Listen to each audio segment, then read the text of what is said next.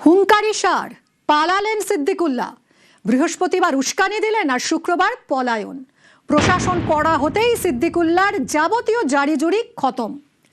Runway সম্প্রসারণে একটা মসজিদ বাধা হয়ে দাঁড়িয়েছিল, সেই মসজিদ সরানোর পরিকল্পনা করা হয়েছিল এবং মসজিদ সরানোর পরিকল্পনার প্রতিবাদে হুঙ্কার দিয়েছিলেন সিদ্দিকুল্লাহ চৌধুরী। বৃহস্পতিবার 1 কোটি মুসলিম নিয়ে প্রতিবাদের হুঙ্কার দিয়েছিলেন। এয়ারপোর্ট চত্বরে পুলিশের কড়া নিরাপত্তা, এয়ারপোর্ট চত্বরে গিয়েও ফিরে গেলেন সিদ্দিকুল্লাহ চৌধুরী। বৃহস্পতিবার 1 কোটি মুসলিম নিয়ে প্রতিবাদের হুঙ্কার দিয়েছিলেন সিদ্দিকুল্লাহ চৌধুরী।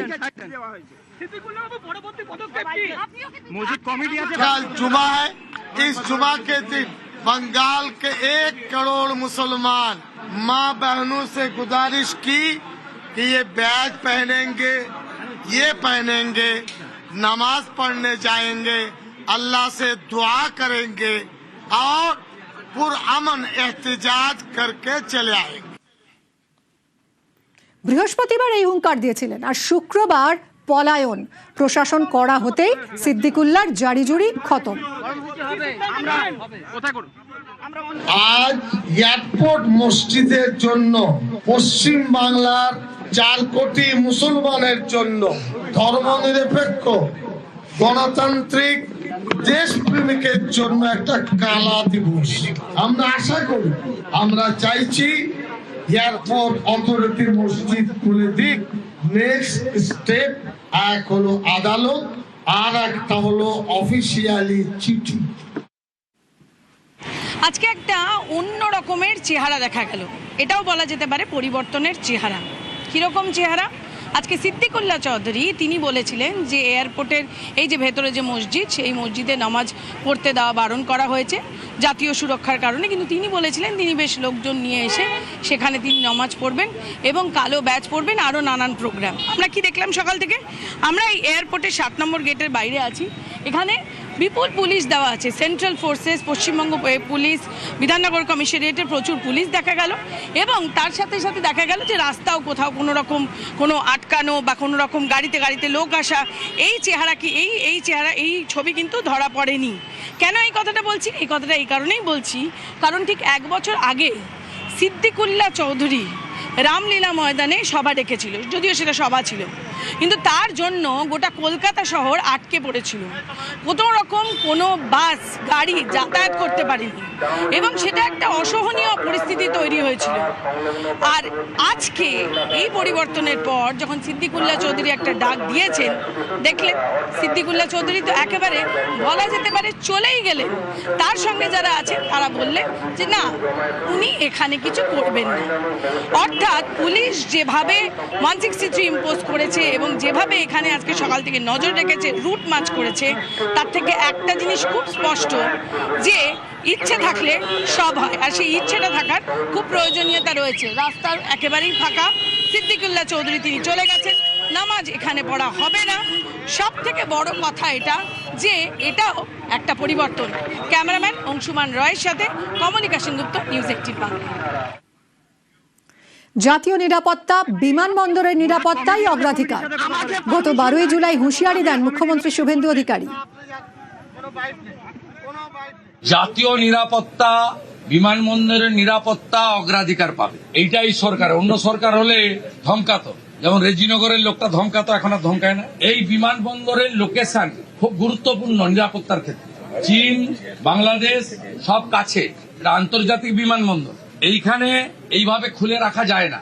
আমরা তো ধর্ম পালনে কাউকে বাধা দিইনি। বকরি ঈদও করেছেন, পশু হত্যা আইন মেনে করেছেন, মহরমেও বেরিয়েছিলেন অস্ত্র বাড়িতে রেখে, কোনো অসুবিধা নেই। ভদ্র থাকবেন, আইন মেনে চলবেন, নিজে থেকে দূরে থাকবেন, নিজের ধর্ম নিজে পালন করবেন, অন্যর কানে গিয়ে ফুফু করার দরকার নেই। সব ঠিক চলবে, সুন্দর চলবে। আর বন্দে মাতরমটা গাইতে হবে, ঠোঁট না নাড়ালে হবে না, আমরা লক্ষ্য রাখছি।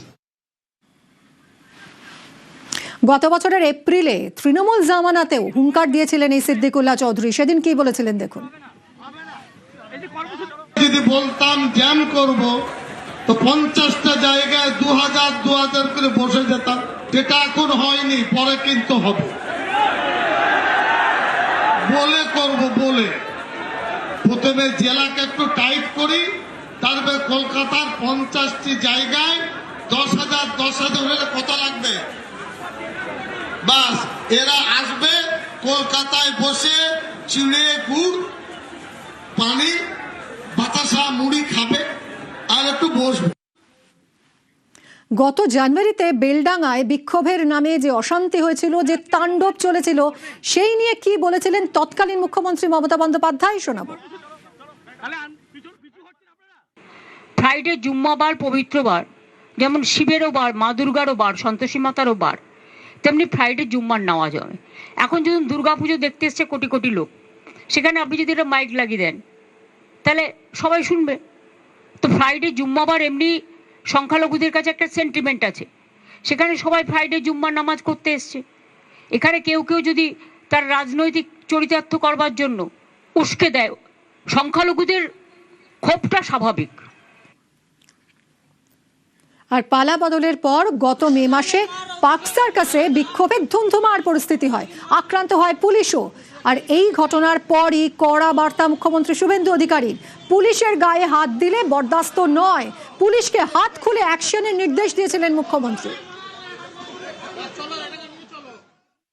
পুলিশের সমস্ত বন্ধুদের বলবো, বিএনএস যা বলেছে, আপনাকে ট্রেনিং পিরিয়ডে যা বলেছে, আপনার সুপিরিয়র যা অর্ডার দেবে অন স্পট আপনি চিন্তামুক্ত হয়ে করবেন।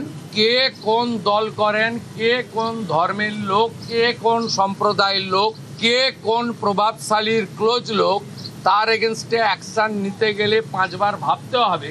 আপনারা এই চিন্তা মুক্ত করুন। আর পার্ক সার্কাস সহ যেখানে যেখানে বিগত দিনে এই ধরনের ঘটনা ঘটিয়েছেন, আপনারাও কান খুলে শুনে রাখুন, এটা আপনাদের শেষ ঘটনা। এরপরে আর কোনো এই ধরনের অ্যাকশন আমরা করতে দেব না।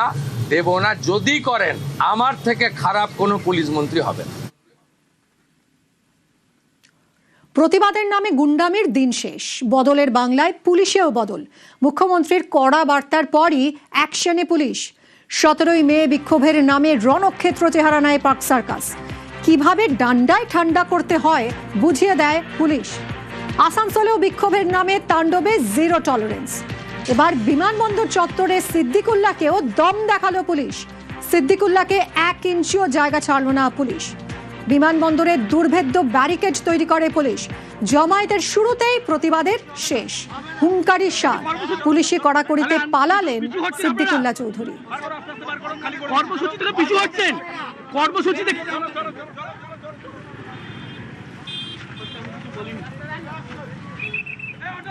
প্রতিবাদের নামে গুন্ডামির দিন শেষ, বদলের বাংলায় পুলিশেও বদল এসছে।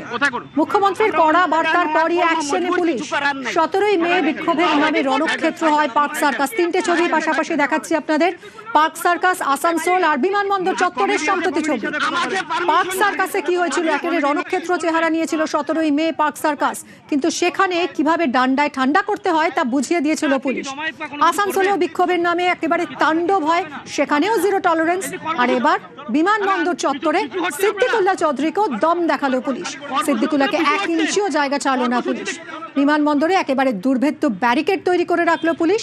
জমায়েতের শুরুতেই প্রতিবাদের শেষ, হুঙ্কারি সার। পুলিশি কড়াকড়িতে পালালেন সিদ্দিকুল্লাহ চৌধুরী।